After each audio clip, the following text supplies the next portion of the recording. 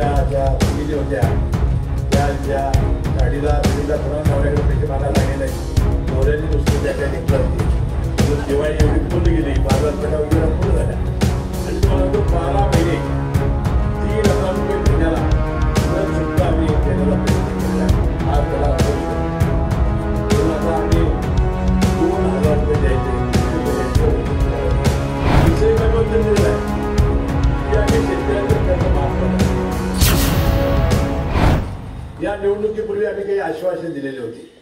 तुम्हाला आठवत असेल की दसरा आणि दिवाळी आता जुलै महिन्यात झाला, बरोबर आता वर्ष होत आहे.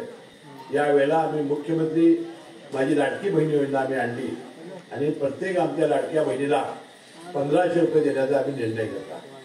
मला वाटतं दसरा आणि दिवाळीच्या निमित्ताने आईला 7,500 रुपये, मुलीला 7,500, 15,000 रुपये घरात आल्यावर आमच्या ज्या भगिनी होत्या त्या ज्या साडीला बिडीला पुन्हा नवऱ्याकडे पैसे मागायला लागले नाहीत, नवऱ्याने नुसतं काय काय घेतलं असतील.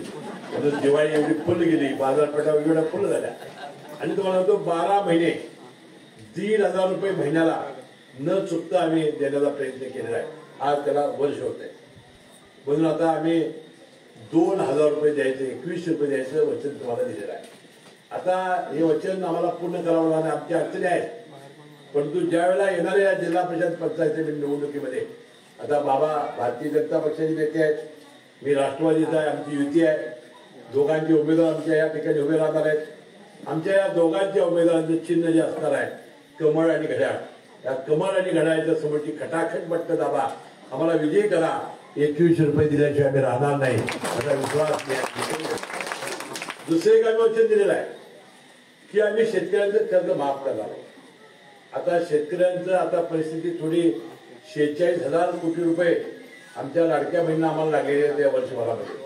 आणि काही टक्क्यांनी लाडक्या बहिणी म्हणून माणसांनी पैसे घेतले. आज मी टीव्हीवर बघितलं.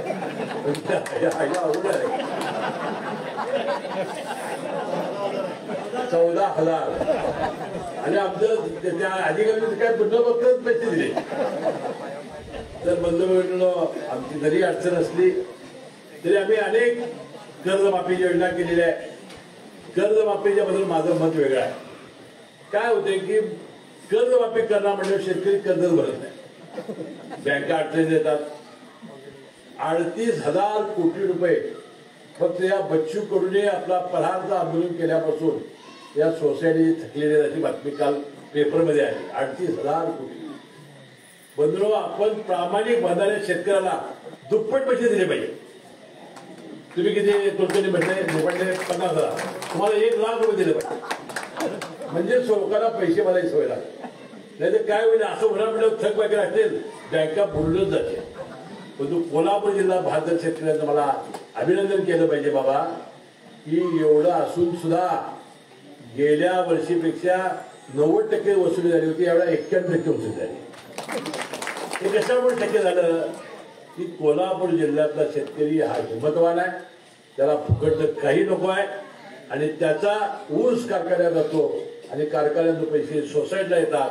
ह्या लिंकिंगच्या वसुलीमुळं आणि त्या भारत शेतकऱ्याच्या या आम्हाला भीक नको, आम्हाला आमच्या हक्काचं द्या म्हणणाऱ्या शेतकऱ्याचा हा मला वाटतं हा विश्वास आहे. म्हणून एवढी आपली वसुली झाली आहे. आणि म्हणून माझं आता मत आहे, मी जर मुख्यमंत्री झालो पुढं मागं, तुम्ही मला केला परमेश्वराला, तर मी काय करेन 50,000 भरला तुला 1,00,000